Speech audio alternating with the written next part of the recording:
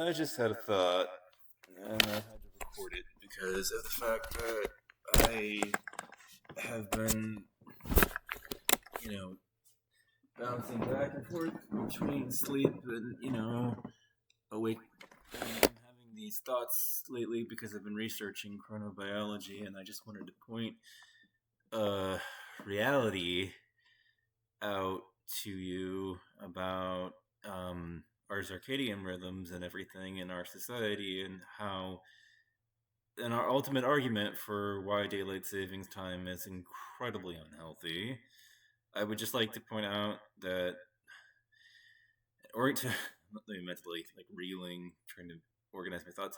But so the thing is that, what happens when you have daylight savings time is that you shift the clocks forward by an hour, right?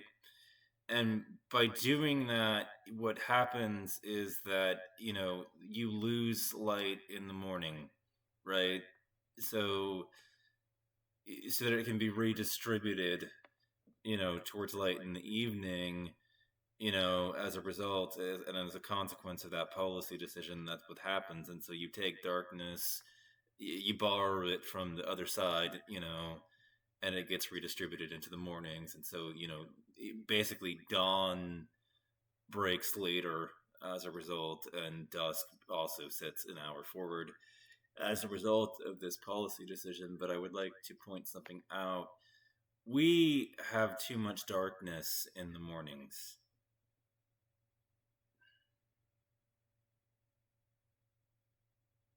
That's the ultimate reality.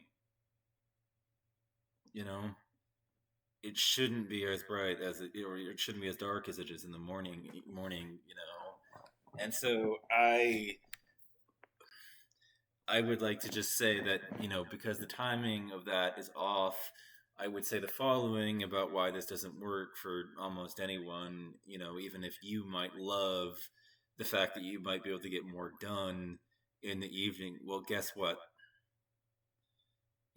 For our civilization, basically, for everybody, and for the public, for the health of everybody involved in the whole thing, I would say that, us, you know most people heading towards work. I'm not most people. If I do work, I do it closer to home, and everything. But if most people in our society, and it's gigantic commute, is making a commute, to and from and back and forth to work, that is often hours and hours away from our homes, right? In American society.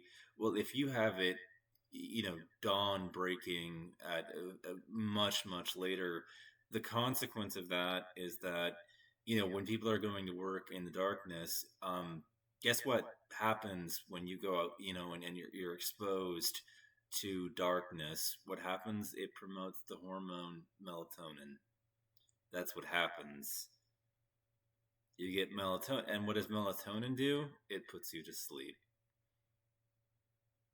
So you have people going to work that have already woken up and are struggling against a hormone that is putting them back to sleep as they're on the way to work.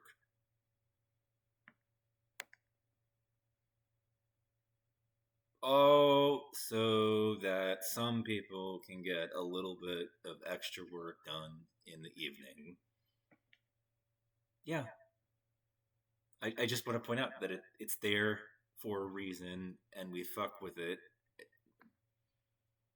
And when you fuck with it, nature doesn't like that. So my point about all this is that there's another hormone that you should learn about, which is called cortisol.